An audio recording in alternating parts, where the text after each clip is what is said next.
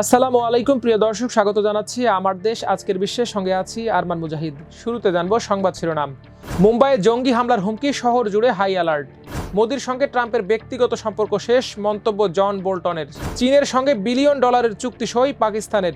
ইউরোপকে রাশিয়ার তেল কেনা বন্ধ করতে হবে বললেন ট্রাম্প। পশ্চিম তীর দখলের পরিকল্পনা স্থগিত করল ইসরায়েল। দর্শক, এতক্ষণ শুনছিলেন সংবাদ শিরোনাম, এবার বিস্তারিত। পাকিস্তান ভিত্তিক জঙ্গি সংগঠন লস্করি জিহাদির নামে হুমকির বার্তার পর মুম্বাই জুড়ে নিরাপত্তা জোরদার করা হয়েছে।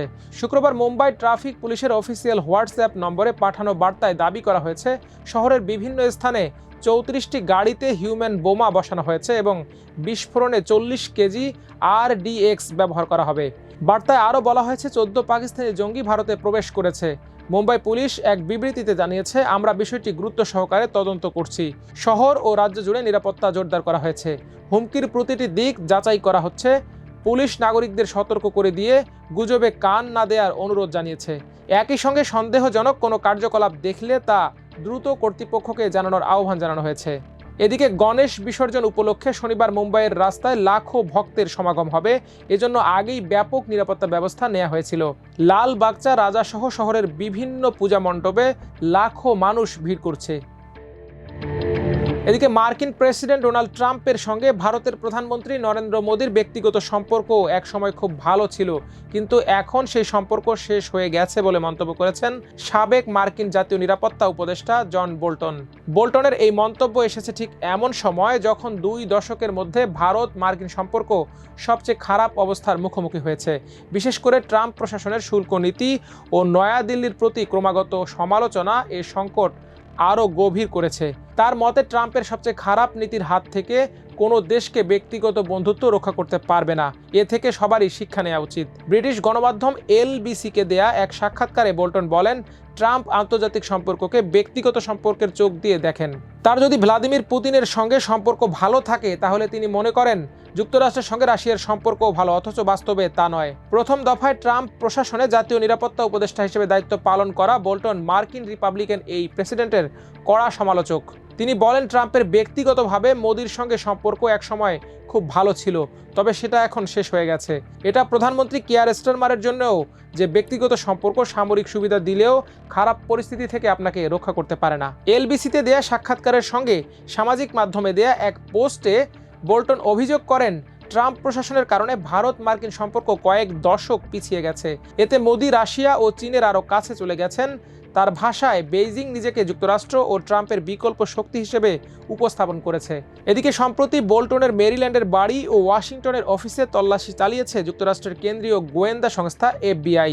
গোপন নথি ব্যবহারের অভিযোগে ফৌজদারি তদন্তের অংশ হিসেবে এই তল্লাশি অভিযান চালানো হয়। এদিকে চীনের সঙ্গে $8.5 বিলিয়ন দ্বিপাক্ষীয় চুক্তি ও সমঝোতা স্মারক স্বাক্ষর করেছে পাকিস্তান। পাকিস্তানি প্রধানমন্ত্রী শেহবাজ শরীফের বেইজিং সফরে এসব চুক্তি ও MOU স্বাক্ষরিত হয়। শেহবাজ শরীফের বেইজিং সফরের সময় চীনা ও পাকিস্তানি কোম্পানিগুলো কৃষি, বৈদ্যুতিক যানবাহন, সৌরশক্তি, স্বাস্থ্য, রাসায়নিক ও পেট্রোকেমিক্যাল, লোহা ও ইস্পাত সহ বিভিন্ন খাতে $7 বিলিয়ন সমঝোতা স্মারক স্বাক্ষর করে। এসব MOU নানা ধরনের উন্নয়ন ও বিনিয়োগ প্রকল্পের আওতায় পড়ে, যা পাকিস্তানের অর্থনৈতিক প্রবৃদ্ধি এবং অবকাঠামো উন্নয়নে ভূমিকা রাখবে। একই সঙ্গে $1.54 বিলিয়ন যৌথ উদ্যোগ সই করা হয়েছে। এই চুক্তিগুলোর মধ্যে দ্বিপাক্ষীয় বাণিজ্য, বিনিয়োগ এবং বিভিন্ন খাতে শিল্প সহযোগিতা বৃদ্ধি পাবে বলে আশা করা হচ্ছে। পাকিস্তানি প্রধানমন্ত্রী এই চুক্তিগুলোকে 2 দশকের মধ্যে দীর্ঘমেয়াদী অর্থনৈতিক অংশীদারিত্ব গঠনে গুরুত্বপূর্ণ বলে উল্লেখ করেছেন। শেহবাজ শরীফ জানান, সমঝোতা স্মারক ও চুক্তিগুলো বাস্তবায়নের জন্য একটি কার্যকর ব্যবস্থা গঠন করা হয়েছে, যাতে স্বচ্ছতা ও জবাবদিহিতা নিশ্চিত করা যায়। আমলাতান্ত্রিক বিলম্বের বিষয়ে উদ্বেগ প্রকাশ করে প্রধানমন্ত্রী শেহবাজ শরীফ চীনা বিনিয়োগকারীদের বিনিয়োগের ক্ষেত্রে লাল ফিতার সমঝোতা দূর করার আশ্বাস দিয়েছেন। এদিকে রাশিয়া ইউক্রেন যুদ্ধ বন্ধে রাশিয়ার কাছ থেকে তেল না কেনার জন্য ইউরোপের দেশগুলোকে আহ্বান জানিয়েছেন যুক্তরাষ্ট্রের প্রেসিডেন্ট ডোনাল্ড ট্রাম্প। একই সঙ্গে চীনের ওপরও অর্থনৈতিক চাপ তৈরি করতেও বলেছেন তিনি। প্রেসিডেন্ট ট্রাম্প ইউরোপীয় নেতাদের বলেন, ইউরোপকে অবশ্যই রাশিয়ার তেল কেনা বন্ধ করতে হবে, কারণ এই অর্থ দিয়ে মস্কো ইউক্রেন যুদ্ধ চালিয়ে যাচ্ছে। বৃহস্পতিবার এক শীর্ষ মার্কিন কর্মকর্তা এসব তথ্য জানিয়েছেন। ট্রাম্প ফ্রান্সের প্রেসিডেন্ট ইমানুয়েল ম্যাক্রোর নেতৃত্বে অনুষ্ঠিত কোয়ালিশন অব দ্য উইলিং বৈঠকে ভিডিও কলে যোগ দেন। বৈঠকে রাশিয়ার সঙ্গে সম্ভাব্য শান্তি চুক্তির পর কিয়েভকে কিভাবে নিরাপত্তা নিশ্চয়তা দেয়া হবে তা নিয়ে আলোচনা হচ্ছিল। হোয়াইট হাউসের ওই কর্মকর্তা জানান, ম্যাক্রো ও ইউরোপীয় নেতারা প্রেসিডেন্ট ট্রাম্পকে বৈঠকে আমন্ত্রণ জানান। ট্রাম্প স্পষ্টভাবে বলেন, ইউরোপকে রাশিয়ার তেল কেনা বন্ধ করতে হবে, কারণ শুধু 1 বছরে ইউরোপীয় ইউনিয়ন রাশিয়ার কাছ থেকে জ্বালানি কিনে 1.1 বিলিয়ন ইউরো দিয়েছে। কর্মকর্তারা আরও জানান, ট্রাম্প বৈঠকে ইউরোপীয় নেতাদের বলেন, রাশিয়ার যুদ্ধ অর্থায়নে চীনও ভূমিকা রাখছে, তাই তাদের ওপরও অর্থনৈতিক চাপ বাড়াতে হবে। ইউক্রেনের প্রেসিডেন্ট ভলোদিমির জেলেনস্কি এবং ইউরোপীয় কমিশনের প্রেসিডেন্ট উর্সুলা ভন ডার লিয়েনও বৈঠকে উপস্থিত ছিলেন। কোয়ালিশন অব দ্য উইলিং এর বৈঠক ছিল ইউক্রেনের নিরাপত্তা নিশ্চয়তা নিয়ে, কিন্তু প্রেসিডেন্ট ট্রাম্প প্রশ্ন তুলেছেন, ইউরোপীয়রা যদি এখনও রাশিয়ার অর্থনীতিকে চাঙ্গা রাখে তবে তাদের আন্তরিকতা কোথায়? তিনি পরিষ্কার করেছেন, এটি তার যুদ্ধ নয়, ইউরোপীয়দের ওপরও দায়িত্ব নিতে হবে। ট্রাম্প এর আগে সতর্ক করেছিলেন, রাশিয়ার তেল কিনলে সংশ্লিষ্ট দেশগুলোর ওপর নিষেধাজ্ঞা আরোপ করা হতে পারে। তবে গত এপ্রিলে বহু দেশের ওপর শুল্ক আরোপের সময় মস্কোর ওপর সরাসরি কোনো শুল্ক আরোপ করেননি। অন্যদিকে ম্যাক্রো বৃহস্পতিবার জানিয়েছেন, যুদ্ধ পরবর্তী সময়ে ইউক্রেনকে স্থল, সমুদ্র ও আকাশপথে আন্তর্জাতিক বাহিনী পাঠাতে 26টি দেশ প্রতিশ্রুতি দিয়েছে।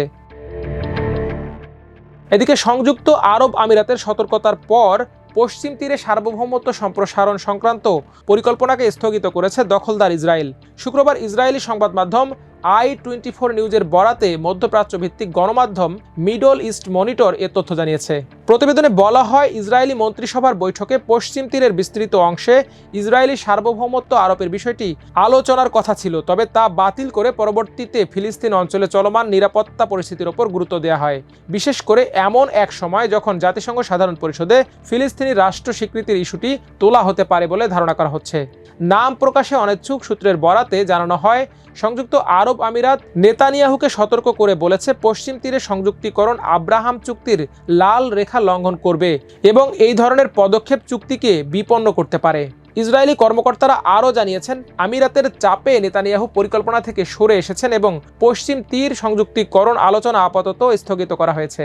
2020 সালে ইসরায়েল, বাহরাইন, সংযুক্ত আরব আমিরাত, মরক্কো ও সুদানের সঙ্গে সম্পর্ক স্বাভাবিকীকরণ চুক্তিতে পৌঁছায়, যা আব্রাহাম চুক্তি নামে পরিচিত। তবে সৌদি আরব এখনও ফিলিস্তিনের স্বাধীনতা প্রতিষ্ঠা না হওয়া পর্যন্ত ইসরায়েলের সঙ্গে সম্পর্ক স্বাভাবিক করতে অস্বীকৃতি জানিয়ে আসছে। নেতানিয়াহু বরাবরই এই সৌদি অবস্থানের বিরোধিতা করে আসলেও আঞ্চলিক ও কূটনৈতিক চাপে এবার পশ্চিম তীরের ইস্যুতে পিছু হটতে বাধ্য হলেন বলে বিশ্লেষকদের ধারণা। দর্শক, আজ এ পর্যন্তই। সবাই ভালো থাকুন, সুস্থ থাকুন, থাকুন আমার দেশের সঙ্গে। আল্লাহ হাফেজ।